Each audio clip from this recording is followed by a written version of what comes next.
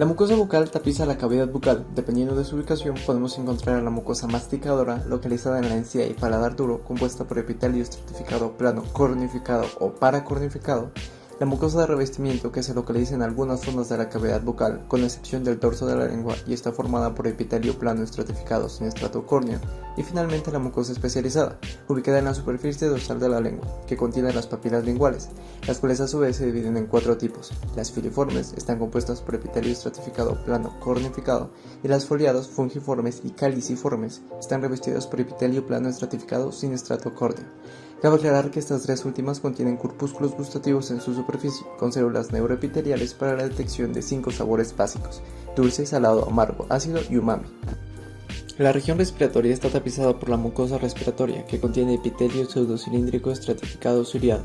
Este epitelio se compone de células ciliadas, células caliciformes, las cuales tienen una función mucosecretora, células con cepillo para la inervación sensorial, células de gránulos pequeños como las células enteroendocrinas para la secreción de hormonas y citocinas, y células basales, es decir, células madre. La región olfatoria, ubicada en el techo de la cavidad nasal, está tapizada por epitelio olfatorio pseudoestratificado sin células caliciformes, el cual se compone de células receptoras olfatorias, o sea neurobipolares, células de sostén, células en cepillo y células basales. Cabe aclarar que estas células poseen cilios apicales inmóviles, que contienen los receptores acoplados a la proteína G que participan en la vía de transducción olfatoria. La piel está compuesta por 2 capas, la epidermis formada por queratinocitos y melanocitos. Esta a su vez se puede dividir en 4 capas: el estrato basal, el estrato espinoso, el estrato granuloso y el estrato córneo. La epidermis además contiene terminaciones nerviosas que detectan el tacto fino, el calor, el frío y el dolor, como los corpúsculos de Merkel, los cuales son un mecanorreceptor sensitivo.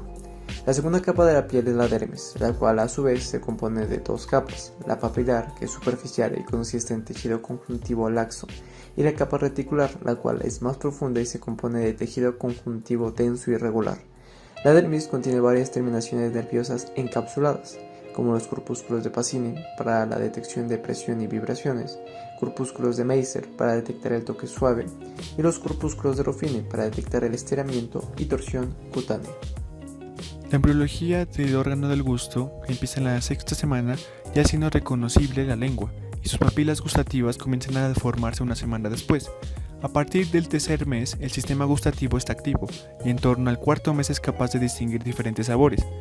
Desde el 3er mes de gestación, el sentido del gusto está desarrollado. Si percibe un sabor dulce en el líquido amniótico, acelera los movimientos de deglución, mientras que, si este contiene un sabor amargo o que le resulta desagradable, deja de tragar en el acto. La embriología del órgano olfatorio comienza en la 5ª semana, apareciendo un esbozo de nariz en la cabeza del embrión. Se trata de las plácidas nasales, que se sitúan en la región frontal, pero habrá que esperar algunas semanas para que su órgano empiece a hacerse visible. La depresión superficial que forman estos puntos da lugar a las fosas nasales. Alrededor de ellas se forman unas elevaciones de tejido en forma de herradura, que se transformarán en las aletas de la nariz. Entre las semanas 6 y 7 se desarrollarán la punta, la cresta nasal y parte del tabique. Como resultado, a la 8ª semana, la nariz está diferenciada. A las 7 semanas, los nervios y la membrana olfatoria también están formados, y a partir de la 12ª semana, la nariz está preparada para percibir todo tipo de olores. La piel tiene origen embriológico doble. Se desarrolla a partir del ectodermo, que da nacimiento a la epidermis, y del mesodermo, del que se forma la dermis. En las primeras semanas, las células ectodérmicas superficiales cubren al embrión. Al inicio del 2.º mes proliferan y forman una capa protectora superficial de epitelio escamoso simple, con células aplanadas y que recibe el nombre de peridermo. El conjunto de esta capa experimenta un proceso de queratinación y descamación continua, siendo sustituida por nuevas células que se forman en la capa basal. La dermis, capa profunda de la piel, proviene del mesodermo. Consiste en células fusiformes que se convierten en fibroblastos. Presenta formación de fibras pericolágenas entre el 2.º y 4.º mes de la vida intrauterina, y formación de fibras elásticas a partir del 6.º mes, proceso que continúa hasta después del nacimiento. La dermis tiene fibras toscas en su capa profunda, cerca del tejido subcutáneo. En cambio, en la capa papilar, adyacente a la epidermis, hay fibras delicadas orientadas horizontalmente, y guarda estrecha relación con la epidermis que la cubre, actuando como fuente de nutrición de esta última. Fisiología del gusto. La sensibilidad gustativa es diferente según la región de la lengua.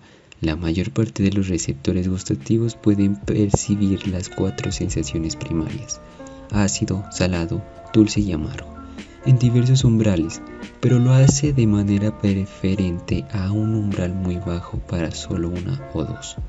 El dulce y el salado se perciben mejor en la punta de la lengua, y los márgenes laterales y la zona posterior responden mejor a lo ácido y lo amargo. Una diferencia de intensidad del sabor permanece sin detectar hasta que la concentración de una sustancia cambia un 30%. Fisiología del olfato. Para poder detectar las sustancias, estas tienen que cumplir las siguientes características: ser volátiles, ser hidrosolubles, para que puedan difundir a través del epitelio, ser liposolubles, para que interactúen con las membranas lipídicas de los receptores. Una vez que el aroma se ha disuelto en la mucosa olfatoria, alcanza las células receptoras y, acoplado en el receptor apropiado, desencadena un potencial de membrana. Los receptores son muy variables en su sensibilidad, de modo que puedan resultar muy sensibles para determinados olores, por ejemplo el ajo. Como es bien sabido, se adaptan enseguida a la estimulación continua y, aunque son sensibles a muchos tipos de olores, tienen que producirse grandes cambios, como el 30%, en la concentración de un determinado olor. Para la modificación puede ser detectada, similar a lo que sucede con el gusto. La piel está constituida por 3 capas superpuestas, que son la epidermis, membrana epitelial constituida por una capa de células desprovistas de clorofila y que pueden ser planas, poliédricas o con contornos sinuosos. La dermis, capa de tejido conjuntivo situada debajo de la epidermis y que con esta forma la piel. Y tejido graso subcutáneo, que es la capa más baja del sistema integumentario en vertebrados. Los tipos de células que se encuentran en la hipodermis son fibroblastos, células adiposas y macrófagos. También se agregan los siguientes anexos cutáneos: el aparato pilosebáceo, las glándulas sudorípadas ecrinas, glándulas epocrinas y las uñas. El esqueleto de la nariz se compone de hueso y cartílago y alino. El tabique nasal óseo divide la nariz y la fosa nasal derecha de la izquierda. Este tabique está conformado por la lámina perpendicular del hueso etmoides, que forma la parte superior, y el hueso vomer, que forma la porción posterior. La mucosa olfatoria, antiguamente llamada pituitaria amarilla, corresponde a la mucosa de la porción superior de cada fosa nasal y contiene el epitelio olfativo. Los 2 nervios olfatorios se originan en las dendritas de las neuronas receptoras olfativas y se dirigen luego de un trayecto de pocos milímetros hacia dentro del cráneo, al bulbo olfatorio del cerebro. Los axones de las células olfativas entran en el cráneo a través de los microorificios ubicados en la lámina cribosa del etmoides y alcanza el bulbo olfatorio situado en la región anterior del cerebro.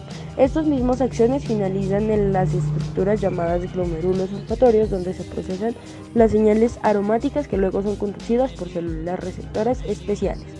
La información llega al sistema límbico y al hipotálamo a través de otras conexiones. La información olorosa alcanza la corteza cerebral en las regiones temporal y frontal, con lo que se vuelve consciente. Los órganos que componen el sentido del gusto está la boca, que es un orificio a través del cual se ingieren los alimentos. Está formada por 2 cavidades: la cavidad bucal entre los labios y las mejillas y el frontal de los dientes, y la cavidad oral entre la parte inferior de los dientes y la faringe.